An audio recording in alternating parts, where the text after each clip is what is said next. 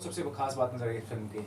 जी, मैं बताना चाहूँगा, आज मैं मुंबई आया हूँ और आलोक जी के इस फ़िल्म को हमने देखा और उसमें वास्तव में भारतीय संस्कृति और सभ्यता क्या होनी चाहिए, वो दिखाया गया है और उस चीज़ को बड़े अच्छे से दिखाया है। आजकल फ़िल्मों में एक अश्लीलता, फूहड़पन वो नहीं होना चाहिए और इसमें बिल्कुल संस्कृति और सभ्यता को एकदम बरकरार रखा गया है, जो हमारी पहचान है, संस्कृति और भारत।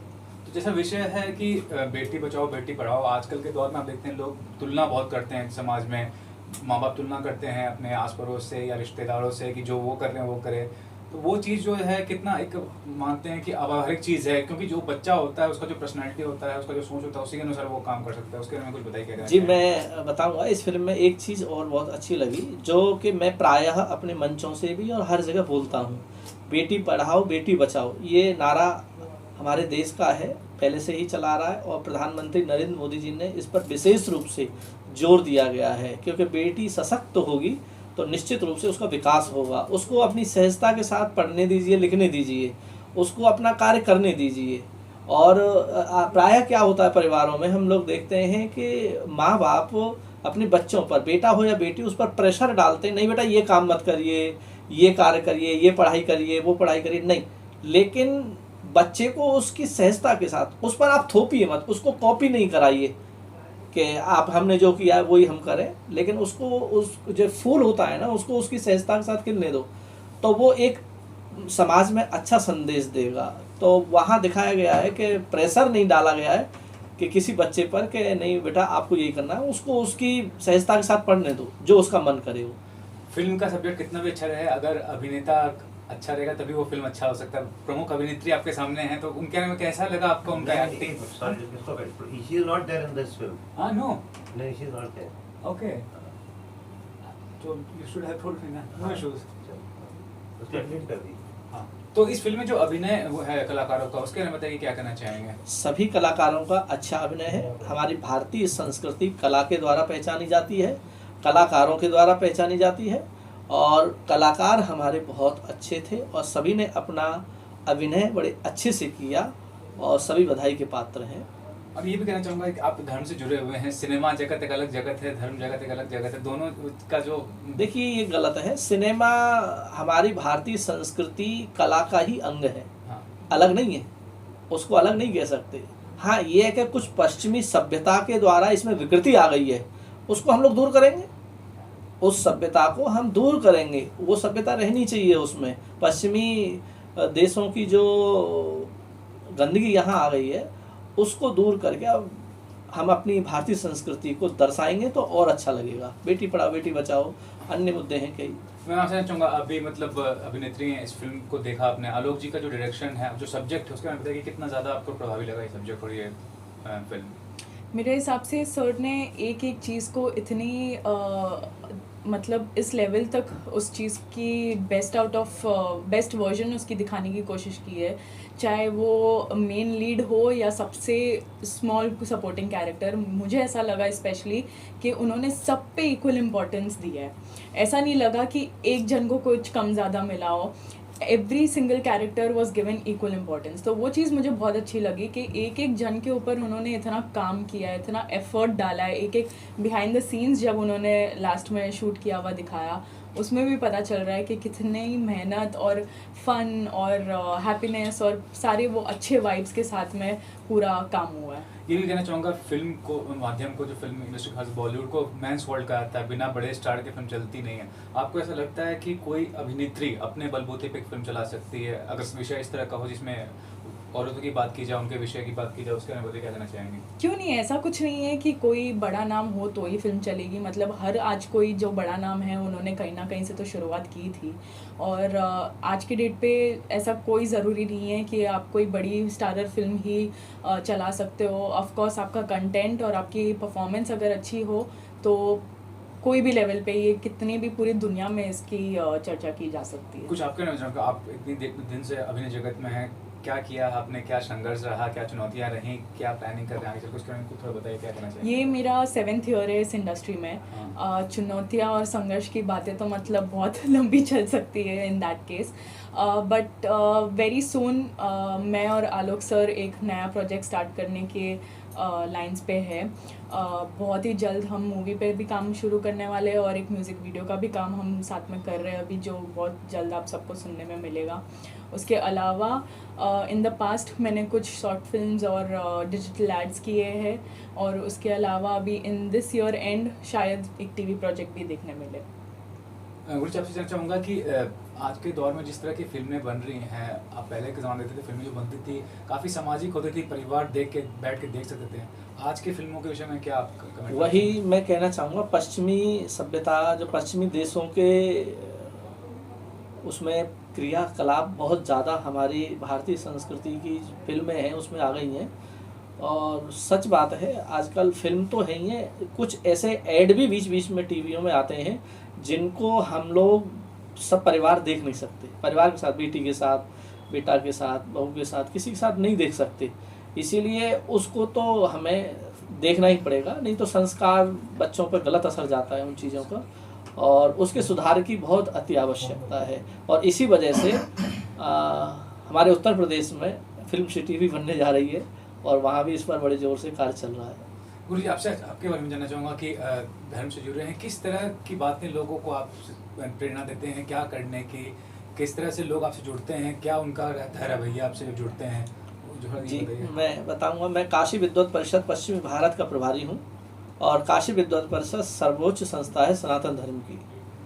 और हम लोग यही करते हैं कि हमारे समाज में, भारत में कोई भी धर्म विरोधी विकृति ना आए। यदि कोई पैदा करता भी है तो हम लोग उसको समझा के, बैठ के बात करके उसको ख़त्म करते हैं कि हमारा भारत हमारी पहचान है। आप देखिए, हमारे राम हुए हैं, कृष्ण हुए हैं, जितने भी भगवान के अवतार हुए सब भारत की भूमि पर ही हुए हैं। आपने कभी सुना अमेरिका में भगवान का जन्म हुआ है या ऑस्ट्रेलिया में हुआ है? नहीं, क्योंकि भारत में ही हुआ है। ये पावन भूमि है, कर्म भूमि है भारत।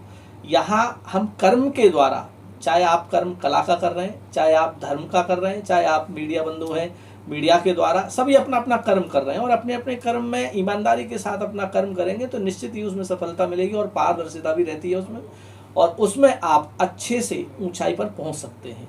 तो इसी प्रकार से हमारा उद्देश्य यही है कि जो जिस कार्य को कर रहा है तन्मयता के साथ, ईमानदारी के साथ, और अपने राष्ट्र और अपने भारत देश और धर्म और संस्कृति को बचाने के लिए कार्य करें, उसी के लिए जिए। अपनी फिल्मों की, सब फिल्मों की रेटिंग होती है, अगर इसमें 5 स्टार हम बोले तो उसमें आप कितने स्टार देंगे आपने फिल्म देखी? मैं तो कहूँगा 5 तो 5, क्योंकि बेटी पढ़ाओ बेटी बचाओ। और सबसे बड़ी बात इसमें, किसी के ऊपर, बच्चे के ऊपर ये नहीं थोपा जा रहा है कि आपको ये ही पढ़ना है, और ये बहुत ज़रूरी है। आजकल बच्चे और बाप में किसी लिए नहीं बन रही है, क्योंकि बाप कह रहा है कि नहीं बेटा यही करना है। आजकल नया युग है, डिजिटल इंडिया है, तो उसमें बच्चा एक अलग अपना कुछ करना चाह रहा है, तो वो पुराने उसकी वजह से नहीं कर पाता है, लेकिन फ्रीडम छोड़ करके ये चीज़ उसमें दर्शाई है, इसलिए 5 में से 5। इस तरह की एक फिल्म है, इस बेस पे बेटी पर तो नहीं, बट जो आपने कहा कि जबरदस्ती किसी की पढ़ाई में, तो 3 इडियट जो मूवी आई थी आमिर खान की, यही मैसेज देती थी और काफी पॉपुलर है इस चीज को लेकर। तो ये सब्जेक्ट भी एक तरह से ऐसा है कि बच्चों पर जबरदस्ती थोपा नहीं जाए। हाँ, मतलब कितने से उम्मीदें है इस फिल्म से आपको? नहीं, उम्मीद है अच्छी चलेगी, और मुझे लग रहा है कि मैं आपके माध्यम से ये संदेश दूंगा कि सभी लोग ज़्यादा से ज़्यादा इसको देखें और इससे प्रेरणा लें, और बॉलीवुड में सबको भी प्रेरणा लेनी चाहिए, और बच्चों को प्रोत्साहन करें, भारतीय संस्कृति सभ्यता का प्रोत्साहन करें। रेटिंग में आप क्या कहना चाहिए 5 में से? Of course 5 out of 5। जैसे स्वामी जी ने भी कहा, नॉट जस्ट 1 या 2, बट इसमें काफ़ी मॉरल्स दिए गए हैं by the end of the movie, and right from film making to direction to the story to performance of all the actors, everything 5 out of 5। Thank you. Thank you sir, सबसे पहले आपका परिचय, आपका नाम? मेरा नाम है आलोक श्रीवास्तव। आलोक जी, बात करें आज फिल्म की स्क्रीनिंग हुई है, उसमें आप कैसे जुड़े हैं? मैं फिल्म का डायरेक्टर हूँ और पार्टनर प्रोड्यूसर भी हूँ। फिल्म का नाम क्या है? मिस मसाला डोसा। मिस मसाला डोसा किस तरह की मूवी है और क्या सब्जेक्ट को लेकर बनाई आपने? ये बेसिकली फिल्म है बेटी बचाओ बेटी पढ़ाओ के ऊपर। इसका फिल्म का जो जिस्ट है वो इसके ऊपर ही है। जो टाइटल है काफी, बिकॉज टाइटल इसलिए कि लड़की वो कारोबार करती है पहाड़ों में, that is why the title is miss Masala Dosa. समय के अनुसार हर चीजें बदलती जाती हैं। एक डायरेक्टर प्रोड्यूसर जब पैसा खर्चा करता है कि फिल्म कितनी कमर्शियल हिट होगी, वो सारी चीजें पहले वाली बातें नहीं फिल्म बना देते हैं। तो कितना रिसर्च किया आपने इसके ऊपर? रिसर्च देखिए, आपका जो सवाल है कि आज की डेट में फिल्में वो बननी चाहिए जो कमर्शियली हिट हो, क्योंकि मेकिंग कॉस्ट बहुत हाई है। फिल्मों के बारे में कोई भी नहीं बता सकता कौन सी फिल्म हिट होगी फ्लॉप होगी। हर आदमी to the best of his her knowledge अच्छी फिल्म बनाना चाहता है। अब चलना ना चलना वो तो दर्शक के ऊपर है, दर्शक किसको एक्सेप्ट करता है किसको रिजेक्ट करता है, उसकी गारंटी तो फिल्म इंडस्ट्री का इतिहास है कोई नहीं ले सका आज तक। स्टारकास्ट की बात करें, कौन कौन है इसमें? स्टारकास्ट इसके अंदर है ओजस रावल, लवीना इसरानी, हितेन तेजवानी, अनुपम श्याम, प्रशांत नारायणन, अनिल धवन, मृण्मय कोलवालकर, ये मेजर स्टारकास्ट है। आज फिल्म की स्क्रीनिंग हुई है, आने वाले मेहमानों में कौन कौन थे? मेहमानों में कोई नहीं था, सिर्फ स्वामी जी की हमको ब्लेसिंग चाहिए थी, तो उनको स्पेशल रिक्वेस्ट करके बुलाया कि आप अपना समय निकाल के, कीमती समय निकाल के आइए और देखिए। प्लस ये जो बाजू में बैठी हुई है ये मेरे आने वाली फिल्म की एक्ट्रेस हैं, तो उन्होंने बोला था आपकी जो फिल्म रेडी है वो मुझे देखनी है, तो बोला क्यों नहीं, देखिए आइए, बुलाया। गुरुजी ने बताया कि बेटी बचाओ जो हिंदुस्तान में सबसे ज्यादा मुद्दा है, बेटी बचाओ बेटी पढ़ाओ, तो उसको लेकर जो हमारे माननीय मोदी जी हैं वो भी करते हैं, इस फिल्म में दिखाया गया है। तो ये सब्जेक्ट कैसे जहन में आया आपके कि इस पे बनानी चाहिए? ये देखिए, जहन में बेसिकली क्या होता है, हर एक राइटर के पास अपना थॉट प्रोसेस होता है। ज़रूरी नहीं है, मैं वो नहीं मानता कि राइटर को बहुत रिसर्च करना पड़ता है कौन सा सब्जेक्ट चलेगा। वो सब्जेक्ट को आगे फॉरवर्ड करता है किसी डायरेक्टर के पास जो उसके दिल के करीब होता है, जो उसे लगता है कि नहीं इस पे हमको काम करना चाहिए। तो वो मैंने उसके ऊपर वैसा अपना इंटरनल रिसर्च किया, मैं कन्विंस हुआ कि इसके ऊपर एक फ़िल्म बनानी चाहिए, तो इसलिए वो सब्जेक्ट को लेके आगे उसके ऊपर काम किया, आर्टिस्ट को सेलेक्ट किया और शूट किया। कोरोना काल है, बड़ी बड़ी फिल्में, सुपरस्टार की फिल्में डिजिटल पे हो रही है, तो इसमें क्या ये डिजिटल पे आएगी, सिनेमा हॉल में रिलीज करेंगे इसको? देखिए, फिल्म जो बनाई है वो तो सिनेमा हॉल के लिए पहले बनाई है। अब आगे सर्कमस्टेंसेस क्या होंगे, सिचुएशन क्या होगी, क्योंकि जिस दिन से लॉकडाउन लगा महाराष्ट्र में, मुंबई में, वो हमारी फिल्म के शूटिंग का आखिरी दिन था, तो पता नहीं था कि ये कुछ ऐसा आने वाला है, कोरोना टाइप की चीज़, तो पता नहीं थी ना उस समय। तो आने वाले फ्यूचर को अपन कुछ प्रिडिक्ट नहीं कर सकते, तो सिनेमा हॉल में ही करेंगे आप? सिनेमा हॉल में preference would be cinema hall. तीसरी लहर का आगाज हो चुका है, सरकारी सोर्सों से कहा गया है, डेली न्यूज में आ रहा है, तो आपको लगता है कि फिल्म ज्यादा लंबी खींच सकती है? अब देखिए, अब क्या उसके लिए क्या कर सकते हैं, वो फिर वही बात है कि उसका तो किसी के हाथ में कोई रोक टोक नहीं है। वो डिपेंड करता है कि तीसरी लहर आए नहीं आए, वो उसका हमको ज़्यादा आइडिया नहीं है, गवर्नमेंट को डिसाइड करना है। बट जिस हिसाब से वैक्सीनेशन चल रहा है तो उम्मीद है कम है।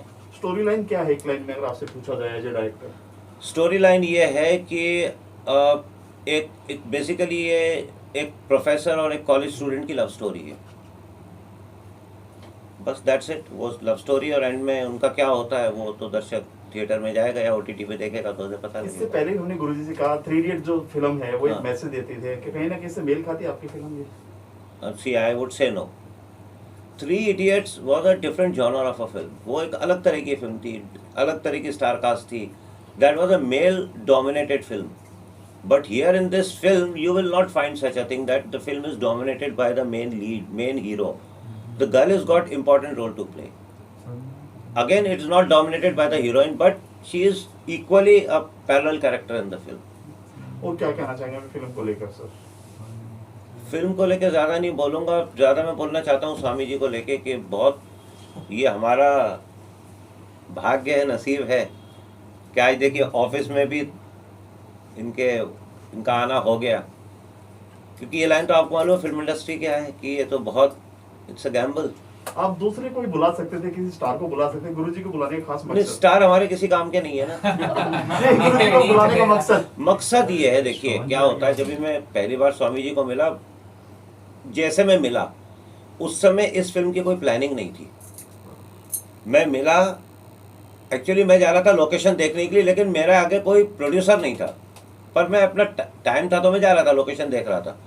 स्वामी जी को मिला, बोला नहीं नहीं हो जाएगा हो जाएगा। मैंने स्वामी जी को बताया नहीं कि हमारे पास कोई इन्वेस्टर नहीं है पिक्चर में, लेकिन ये आपको मानना पड़ेगा, मैं जैसे ही वहाँ से मतलब ये अपना पालमपुर से लौटा, मैं कहीं नहीं गया, इन्वेस्टर मेरे पास इसी ऑफिस में आ गया। वाह, बहुत बढ़िया। आपकी फिल्म को आपके लेफ्ट राइट में दोनों बैठे, उन्होंने 5 में 5 दिया है, क्या कहना चाहेंगे? अब वो तो उनका ऑब्जर्वेशन है, उनकी रीजनिंग है, उनकी अपनी सोच है। मैं तो धन्यवाद ही दे सकता हूँ कि पिक्चर को इतने अच्छे मार्क्स दिए। फिल्म में कितने गाने हैं आपकी मूवी में? फिल्म में एक ही गाना है। किसने गाया है?